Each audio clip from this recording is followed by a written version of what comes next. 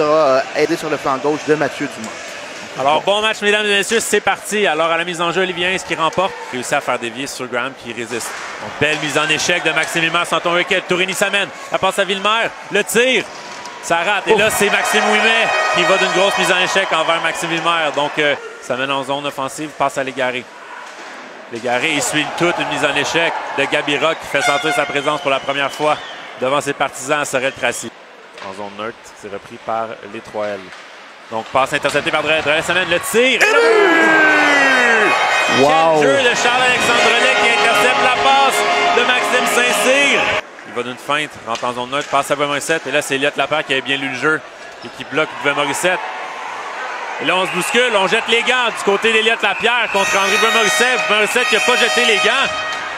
Et là, ça se chamaille. Alors, le nouveau venu qui fait sentir sa présence chez les 3L, Elliott Lapierre, qui va d'une belle mise en échec. Saint-Pierre, excusez-moi, je dis Lapierre puis tantôt. Elliott Saint-Pierre qui va d'une belle mise en échec. On réussit à garder la rondelle du côté de Pervier. La passe de Bilodeau, le tir! Et le but de Kevin Gadouri! Donc c'est 2-0 du côté des Éperviers. Encore une fois, Gabriel Bilodeau qui fait aller tout son talent. Il gagne sa bataille le long de la rampe et remet à Kevin Gadouri qui s'amenait sur la glace à toute vitesse. Hubert Poulain contre David Lacroix. On s'empogne. C'est Poulain qui va des premiers coups. Lacroix qui tente de répliquer. Deux belles droites de Lacroix. Poulain qui réplique. On a un beau combat à date. Et on tombe par terre. Les deux joueurs qui tentent de se relever pour continuer le combat et les arbitres, les juges de ligne qui interviennent. Tourigny à Marcotte. Marcotte au sac de mise en jeu. Remet devant le filet. Le tir de Saint-Cyr. Et le but! Maxime Saint-Cyr qui marque déjà son 10e dans la Ligue nord-américaine. C'est seulement son 8e match. Maxime Saint-Cyr qui continue d'être tout feu, tout flamme. Mais là, c'est l'avantage numérique là, des 3L qui a effectué là, une belle séquence. On rentre en zone des 3L. Olivier Hintz essuie la mise en échec de Chabot qui frappe en même temps son coéquipier Charbonneau. Donc, bonne mise en échec de Chabot. Donc, Benoît Morissette qui avait tombé les Garillons, on s'en sort bien. Et remet à la pointe à... Et le but! Oui, mais qui tire pour Benoît Morissette qui passait par là, a pris le retour. Et c'est 3-1 du côté des Éperviers. Et là, Saint-Cyr et Drolet, on se parle. Et là, la mêlée qui éclate en milieu de territoire. Alors, on voit là, vraiment, il y a beaucoup d'animosité en première période entre les deux équipes. Les Garillons va d'une belle feinte. Et Wicked qui aidait son dé... Oh, quelle mise en échec de Corriveau sur Wicked. Cahouette. Cahouette qui réussit à déjouer à Asselin. On rentre en zone des 3L. Cahouette remet devant le filet le tir. Charles Tremblay, son premier cette année. Charles Tremblay. Tout un but du Sorellois, David. Oui, toute une passe d'Olivier Cahouette. Oui. Facanzo, frappé par Chevrier. Et là, il y a hors-jeu. Et là, c'est Adam Bourque contre Chabot. Et là, Bourque qui lance des coups de poing et c'est parti. Je pense qu'il y aura un combat entre Jean-Philippe Chabot et Adam Bourque. Les deux capitaines, David. Les deux capitaines qui jettent les mitaines. Et là, on y va de coups de poing de part et d'autre. Combat serré jusqu'à présent. Chabot qui tente d'y aller par-dessus et on tombe. Poulain qui joue. Et là, Lacroix qui s'en prend Poulain. Et là, Poulain qui lâche les gants. Et là, on a un autre combat.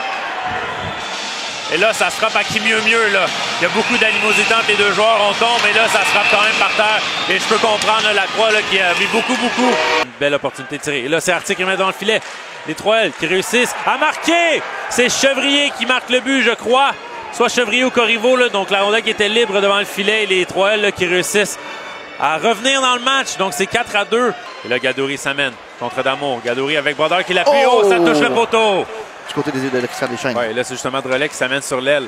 Drolet à Brodeur. Le tir de Brodeur. Et c'était prévisible, celui-là, David. Brodeur laissé seul dans l'enclave. Ah, c'était bien pensé. Là, on a vu Asselin là, qui s'amenait, descendait là, du côté de l'aile. Et là, Wilmer a mal parti avec Paquin-Boudreau. Et là, c'est Bourque qui s'en mêle. Et là, on a une mêlée. Là, tous les joueurs sont impliqués un peu sur la glace. Asselin cherche ses options. Passe à Marcotte. Marcotte, oh, quelle belle passe de Loïc Marcotte à Maxime Saint-Cyr qui marque son 11e de la saison. Ouch. Donc encore une performance de 2 buts de Maxime Saint-Cyr qui tente de s'en prendre à Charles-Alexandre Drolet. Là-dessus, je pense que c'est là-dessus que le match va se terminer. Je pense que ça n'ira pas plus loin. Encore un match très intense entre les deux équipes. Les Éperviers qui réussissent à gagner. Là, c'est Maxime Saint-Cyr. On a Mathieu Gartin, excusez-moi. Mathieu Gartin qui tente aussi de s'en prendre aux joueurs des Éperviers. Et là, Mathieu Gartin qui va d'un coup de poing.